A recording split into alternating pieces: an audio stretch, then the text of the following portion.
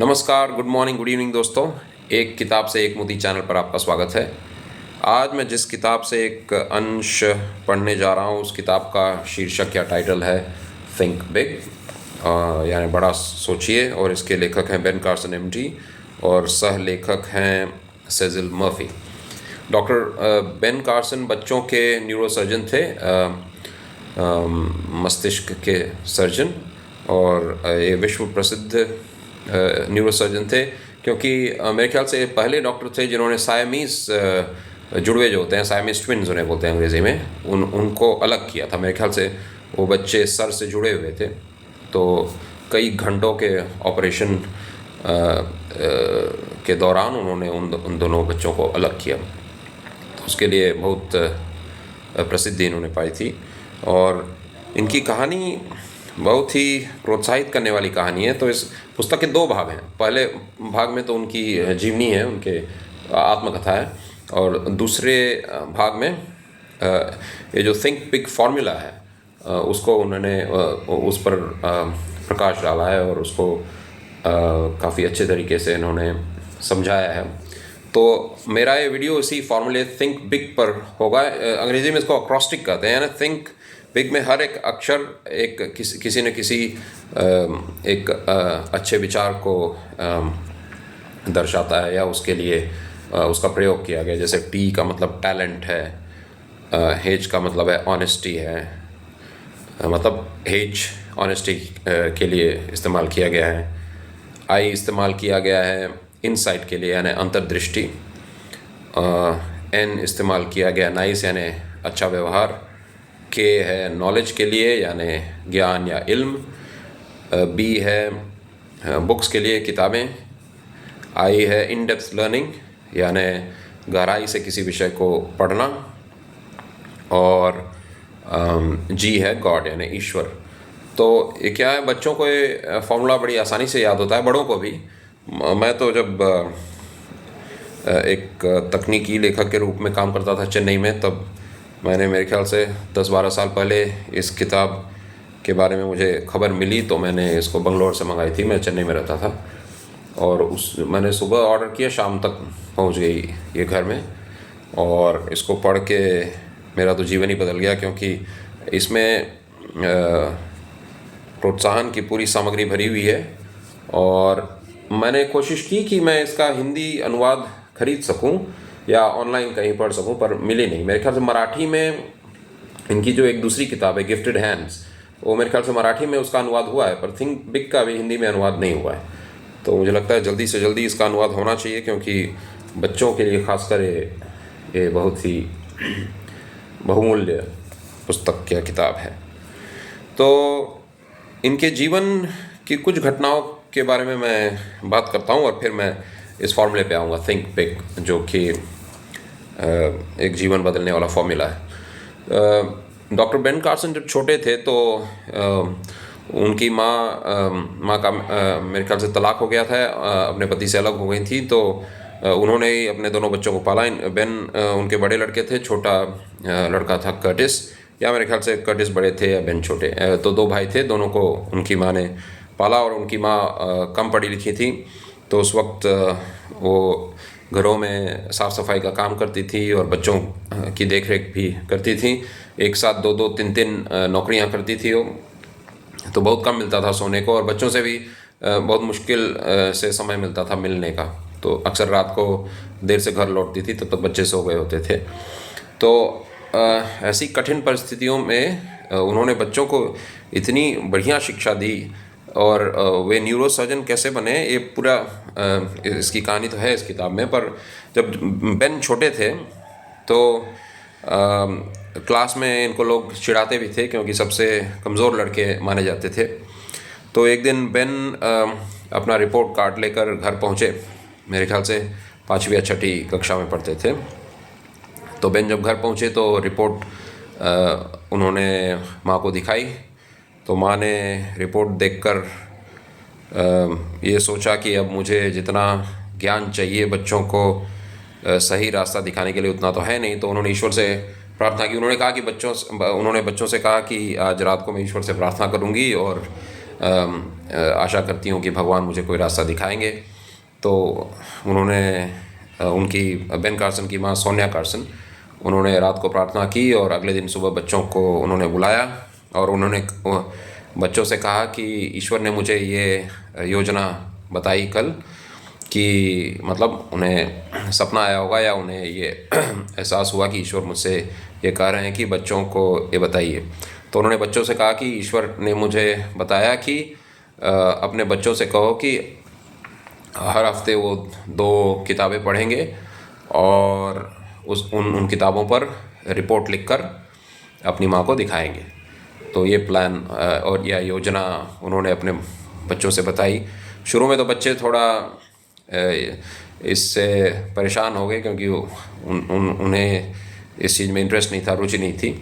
पर उन्होंने इस योजना को लागू किया और उनका जीवन बदल गया। तो हर हफ्ते वो 2 किताब पढ़ते थे और उन किताबों पर रिपोर्ट बनाकर अपनी माँ के सामने पेश करते थे। उनकी माँ कम पढ़ी लिखी थी, तो अभिनय एक्टिंग करती थी कि जैसे वो रिपोर्ट को पढ़ रही हैं और उसमें कुछ टिक मार्क लगा देती थी ताकि बच्चों को लगे कि वो उनकी माँ पढ़ पा रही हैं जो वो रिपोर्ट उनके सामने रखते थे।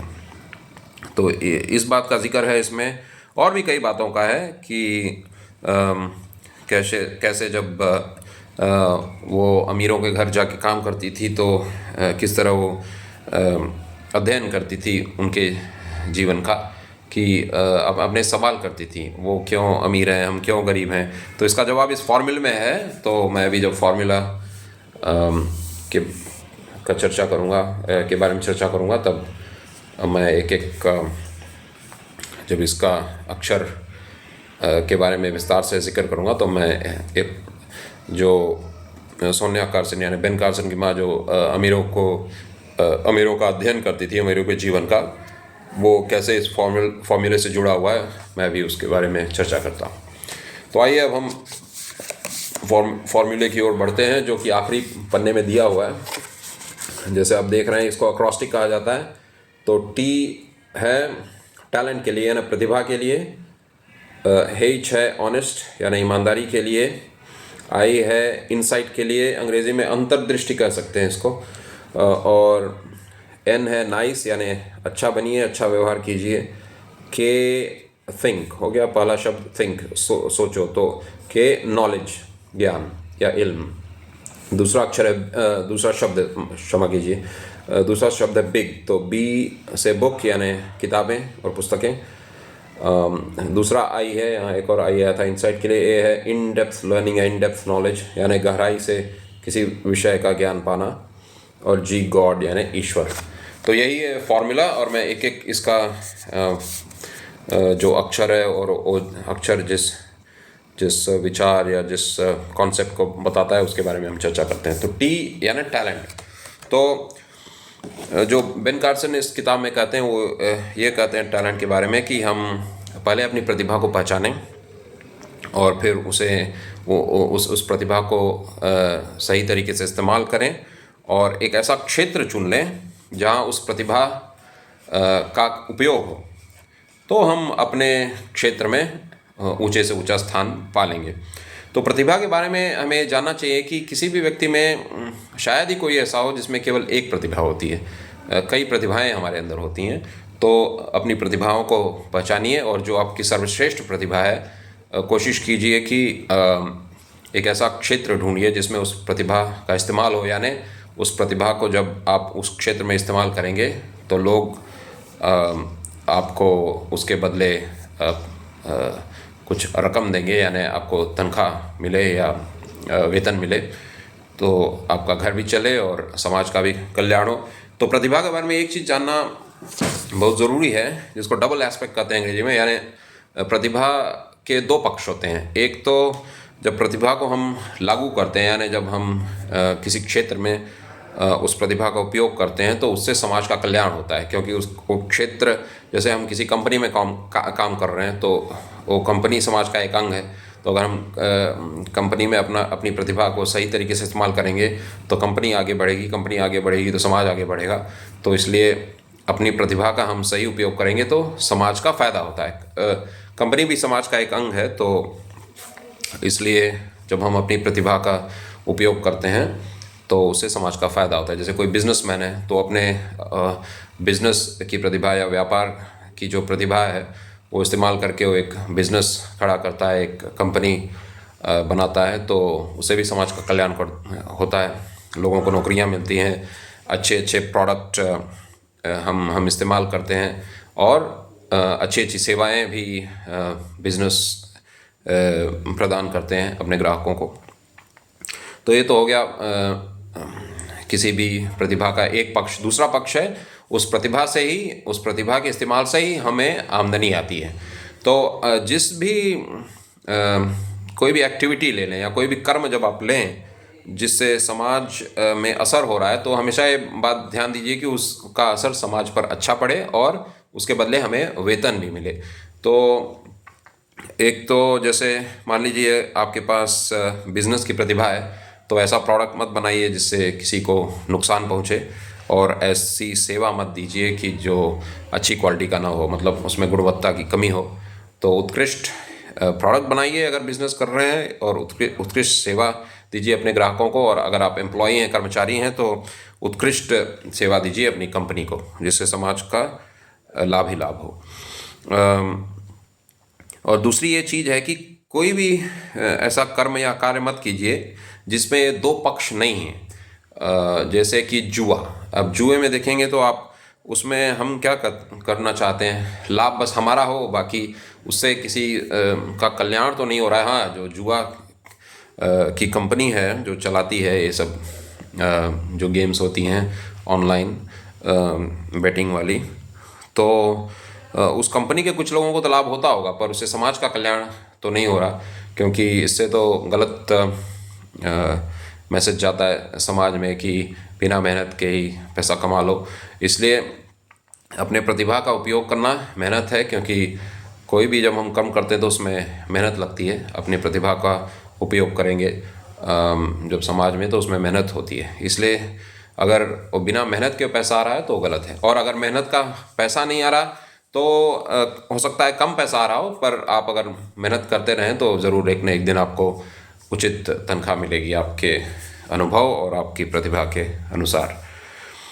तो अब दूसरे अक्षर की ओर बढ़ते हैं जो H है, और वो है ऑनेस्टी के लिए, यानी ईमानदारी। तो अब दूसरों के प्रति भी ईमानदार रहिए, अपने प्रति भी ईमानदार रहिए। यानी अंग्रेजी में एक कहावत है, your word should be your bond, यानी आपके शब्द ही एक करार की तरह है या कॉन्ट्रैक्ट की तरह। जैसे कि प्राण जाई बरु बचन न जाई, तुलसीदास जी ने जो कहा है रामचरितमानस में। मेरे ख्याल से श्री राम बोलते हैं या लक्ष्मण बोलते हैं, पर तुलसीदास जी ने ही उनसे बुलवाया है। तो तुलसीदास जी की वाणी में जो कहा गया है, प्राण जाई बरु बचन न जाई, ये बहुत कठिन है इसका पालन करना, पर कोशिश ये करनी चाहिए कि हम जो बोलें वो करें। मेरे ख्याल से कुरान में भी ये है कि तुम जो बोलते हो करते क्यों नहीं। और ऐसे ही हर धर्म ग्रंथ में सत्यम वद, वेदों में उपनिषद में है, और सत्य मूल सब सुकृत सुहाए, तुलसीदास जी कहते हैं। और महाभारत में तो सत्य की बात है ही, और बाइबल में भी कई जगह है इसकी बात, ज़ेंडवेस्टा में भी है, गुरु ग्रंथ साहब में भी है। हर धर्म ग्रंथ ये कहता है कि आप ईमानदार बनिए, सच बोलिए। और दूसरी चीज़ है, हम अपने प्रति भी ईमानदार रहें। यानी अगर जैसे हम मान लीजिए ऑफिस के कर्मचारी हैं या स्टूडेंट हैं, तो अगर टीचर हमसे कहते हैं कि किसी सब्जेक्ट या विषय में हम कमज़ोर हैं, तो हमें ये नहीं सोचना चाहिए कि अरे अब हम कैसे इसमें आगे बढ़ें। मनुष्य या इंसान में ये काबिलियत होती है कि वो अपनी कमियों को दूर करे और उस विषय में अच्छा करे। ऐसे ही मान लीजिए आप कर्मचारी हैं, तो ऑफिस में अगर आपके बॉस कहते हैं कि आपको कुछ जो क्षेत्र हैं उनमें और सुधार लाना होगा, तो बुरा मत मानिए और अपने अहंकार को उसमें मत शामिल कीजिए और अपने कमज़ोरी को दूर कीजिए। तो अपने कमज़ोरियों के प्रति भी ईमानदार होना ज़रूरी है। तीसरा अक्षर है I, यानी इनसाइट। तो इसको तो मैंने गूगल ट्रांसलेट में देखा, मुझे इनसाइट का हिंदी शब्द तो नहीं मालूम था, तो अंतर्दृष्टि उसमें लिखा है। पर जिस अर्थ में बेन कार्सन जो इसके लेखक हैं वो लिए हैं, तो उसको मैं हिंदी में कहूँगा, यानी चीज़ों पर गौर करना जो हमारे आसपास घट रही हैं, और फिर उन पर विचार करना कि वो क्यों हो रही हैं जिस तरह से वो हो रही हैं, और फिर उसके हिसाब से अपने जीवन में कुछ फेरबदल करके उन पर अमल करना। जैसे कि मैं उदाहरण देता हूँ बेन कार्सन की माँ का, तो वो अमीरों के घर काम करती थी, तो देखती थी कि वे क्यों, वो सोचती थी देखकर कि वो क्यों अमीर हैं और हम क्यों गरीब हैं। तो एक चीज़ उन्होंने देखी कि अमीर लोगों के घर जब जाती थी तो टीवी बहुत कम देखते थे, जबकि उनके घर 3-3, 4-4 टीवी सेट या 6-6 टीवी सेट्स भी होते थे। अमेरिका की बात है, बहुत पहले की, आज से 40-50 या और भी पहले, मेरे ख्याल से 60-70 साल पहले की बात है।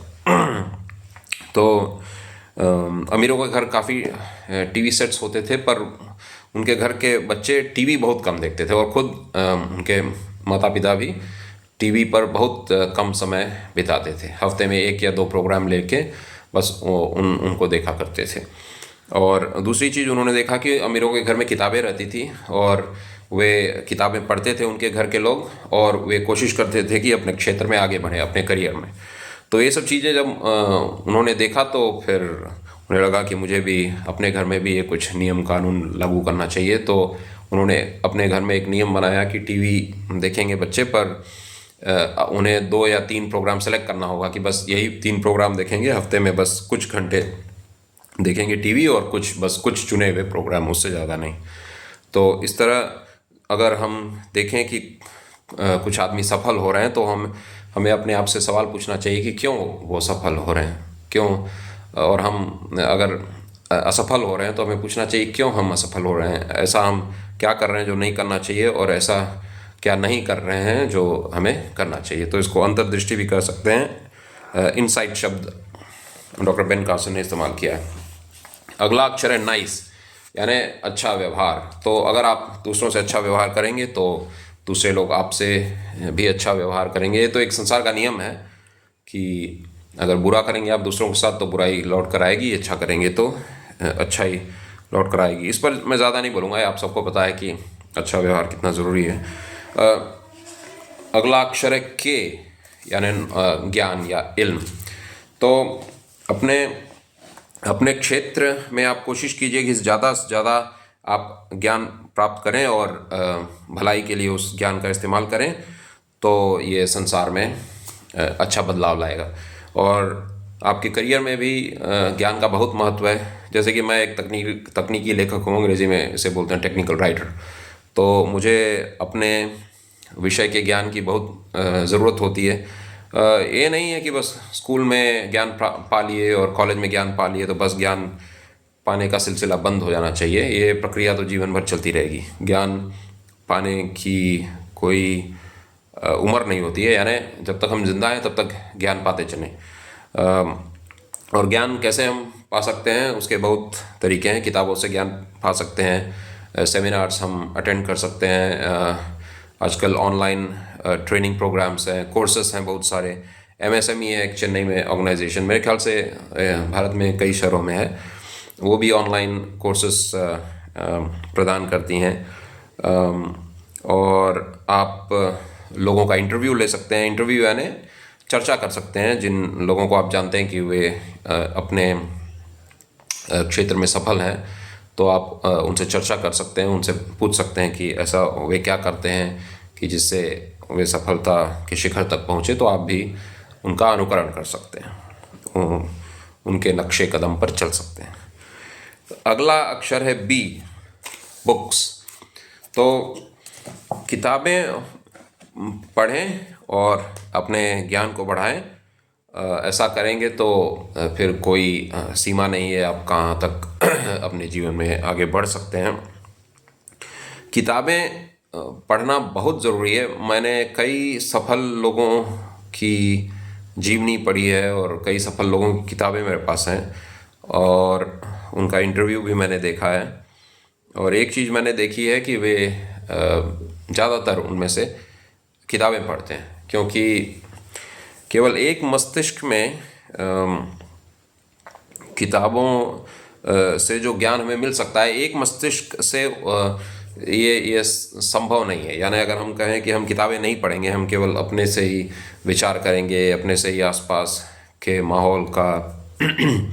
माहौल से जानकारी हासिल करेंगे और अपने से ही हम जो हम कॉलेज से सीखना है हम वो सीखेंगे और ऑनलाइन कोर्सेज करेंगे, ये तो ठीक है। पर किताबें जैसा ज्ञान दे सकती हैं वैसा और कोई तरीका नहीं है जिनसे आप ज्ञान हासिल कर सकते हैं, क्योंकि किताबें हजारों साल से लिखी जा रही हैं और हर विषय पर किताबें उपलब्ध हैं। आप जिस भी क्षेत्र में हैं उस पर किताबें उपलब्ध हैं। जैसे कि मान लीजिए आप नए नए यूट्यूबर हैं और आपको सीखना है कि आप कैसे सफल यूट्यूबर बन सकते हैं, तो उस पर किताबें हैं, कैसे सफल यूट्यूबर बने। और अपने जैसे मैं एक टेक्निकल राइटर हूँ तो मैं अपने क्षेत्र की किताबें पढ़ता हूँ। जैसे मेरे क्षेत्र में व्याकरण का ज्ञान बहुत ज़रूरी है, तो मैं अंग्रेज़ी व्याकरण की किताबें पढ़ता हूँ और अंग्रेज़ी शब्दों के सही इस्तेमाल की किताबें पढ़ता हूँ और डॉक्यूमेंट को कैसे डिज़ाइन करना ये पढ़ता हूँ और बिज़नेस राइटिंग क्या होती है उसके बारे में पढ़ता हूँ। तो ऐसी कई किताबें पढ़ने से क्या होता है कि हम अपने क्षेत्र में अच्छे से अच्छा योगदान दे सकते हैं, क्योंकि प्रतिभा तो ज़रूरी है। जो पहला शब्द टैलेंट है वो प्रतिभा के लिए है, पर प्रतिभा को निखारने के लिए किताबें भी ज़रूरी हैं। और कई अच्छे अच्छे विद्वानों की और अपने अपने क्षेत्र में जो लोग सफल हैं और अक्सर वो किताबें लिख छोड़ते हैं ताकि आने वाली जो पीढ़ी है वो उनके ज्ञान से फ़ायदा ले। मैं तो कहूँगा कि हर इंसान को एक किताब तो लिख के जाना ही चाहिए, कि कम से कम अपने परिवार के लिए एक किताब लिख दें कि जो आपने जीवन में सीखा है, क्या आपको करना चाहिए था, क्या नहीं करना चाहिए था, जिससे आने वाली पीढ़ी आपके जीवन से कुछ न कुछ शिक्षा ग्रहण करे। और जैसा कि मैंने कहा कि डॉक्टर बेन कार्सन की माँ जब उन्होंने देखा कि बच्चे कमज़ोर हैं पढ़ाई में, तो जो योजना उन्होंने लागू की घर में 2 किताबें हर हफ्ते पढ़ें और रिपोर्ट उनसे बनाए दे। जैसे कि मान लीजिए आपके बच्चे स्कूल में पढ़ते हैं तो 2 या कम से कम 1 किताब आप उनसे कहिए कि हर हफ्ते पढ़ें। तो ज़रूरी नहीं है कि मोटी मोटी किताबें हों, मोटी किताब हर हफ्ते नहीं पढ़ी जा सकती।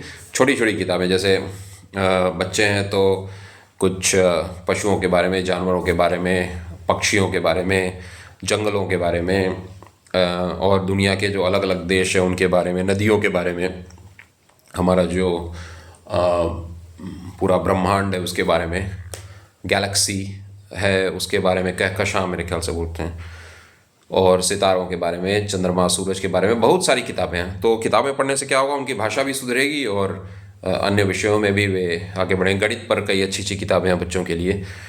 और मैं तो ये कहूँगा कि आप 2 भाषा में उन्हें किताब पढ़वाइए। जैसे मान लीजिए हफ्ते में अगर 2 किताब पढ़ रहे हैं बच्चे, तो एक किताब हिंदी में पढ़ें और एक किताब अंग्रेज़ी में, या जो भी आपकी मातृभाषा है एक उसमें पढ़ें बच्चे, और एक किताब अंग्रेज़ी में।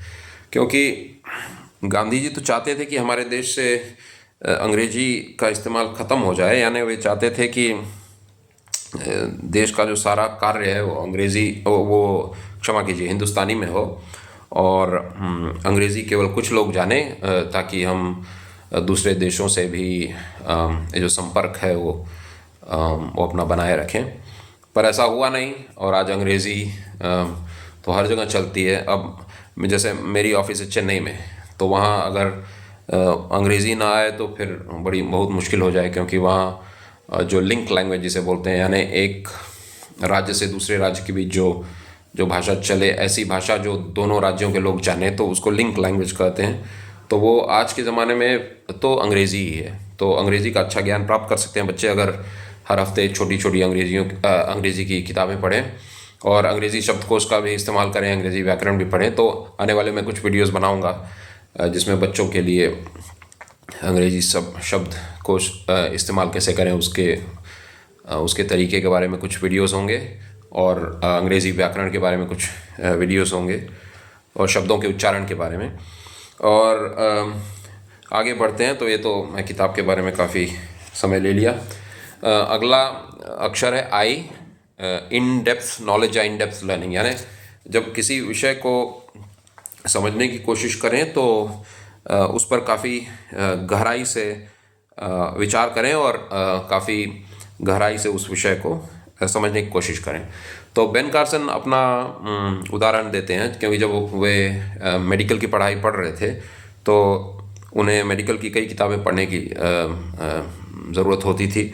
तो एक ही विषय को समझने के लिए वे कई लेखकों की किताबें पढ़ते थे। ये नहीं कि किसी एक लेखक ने मान लीजिए उन्हें ब्रेन के बारे में पढ़ना है, मस्तिष्क के बारे में, तो ये नहीं कि बस किसी एक लेखक की पुस्तक उन्होंने ले ली मस्तिष्क के बारे में और पढ़ ली उस पुस्तक को, और उन्होंने पढ़ लिया उस पुस्तक को और बस ये मान लिया कि बस मस्तिष्क के बारे में इतना ही। तो वे कोशिश करते थे कि कई तरह की पुस्तकें वे पढ़ें उसी विषय पर, ब्रेन के बारे में ही मान लीजिए वो वे पढ़ रहे हैं। तो कई जो लेखक हैं, मतलब एक लेखक के अलावा और कई लेखकों ने उस विषय पर क्या लिखा है वो भी जानने की वो कोशिश करते थे। तो किताबों के अलावा जैसा मैंने कहा कि आप कोर्सेज कर सकते हैं, ऑनलाइन कोर्सेज, आप लोगों से चर्चा कर सकते हैं और स्वयं अपना विचार भी कर सकते हैं। किसी विषय को समझने के लिए अपना विचार भी आवश्यक होता है, केवल जो हमने पढ़ा है या हमने कोर्स किया वही नहीं, हम अपना विचार भी उस विषय पर कर सकते हैं। हम भी सोचें कि जिस भी क्षेत्र में हम हैं उसमें हम और कैसे बेहतर कर सकते हैं, तो आपको नए विचार भी आएंगे। और आखिर में जो कि सबसे पहले रहना चाहिए था वो है जी, यानी गॉड, यानी ईश्वर। तो यदि आप ईश्वर में विश्वास करेंगे और ये विश्वास करेंगे कि एक ऐसी शक्ति है जो सारे संसार को चला रही है और वो आपकी भी मदद करेगी, वो शक्ति, अगर आप उससे मदद मांगेंगे तो ईश्वर ज़रूर आपकी मदद करेंगे। कभी कभी हम केवल अपनी शक्ति से कुछ परेशानियों का मुकाबला नहीं कर सकते या उन्हें सुलझा नहीं सकते, समस्याओं को या सवालों के जवाब अपनी ही ताकत से हम नहीं पता लगा सकते। तो उस वक्त हमें ईश्वर की शक्ति में जो हमारा भरोसा है वो बहुत सहायता करता है। जैसे कि मान लीजिए किसी चीज़ पर आप काम कर रहे हैं, किसी प्रोजेक्ट पर या किसी विषय पर, तो जब बहुत ही थकान आ जाती है और मस्तिष्क थका हुआ, शरीर थका हुआ, मन थका हुआ, तब ईश्वर में अगर आपका विश्वास है तो आपको नई ऊर्जा मिल सकती है। जैसे कि एक धर्म ग्रंथ है जिसमें मेरे ख्याल से एक पंक्ति है कि जो ईश्वर की बाट जोते हैं वे नया बल प्राप्त करते जाएंगे, यानी भगवान पर भरोसा रखने वाला नया बल पाता रहता है। जैसे बिजली से जब बिजली में प्लग कर दिया जाता है फ़ोन को तो रिचार्ज हो जाता है, वैसे ही ईश्वर से भी शक्ति प्राप्त की जा सकती है। तो आशा है आपको ये फॉर्मूला पसंद आया होगा। फॉर्मूला है थिंक बिग, और हर एक अक्षर एक बहुत ही उत्तम चीज़ के लिए इस्तेमाल हुआ है। तो आप भी इस पुस्तक को खरीद कर अपने बच्चों को दीजिए, इससे अंग्रेजी भी सुधरेगी और बेन कार्सन के जीवन के बारे में भी वो जानेंगे और थिंक बिग फार्मूला के बारे में भी और ज़्यादा जानकारी हासिल कर पाएंगे। धन्यवाद।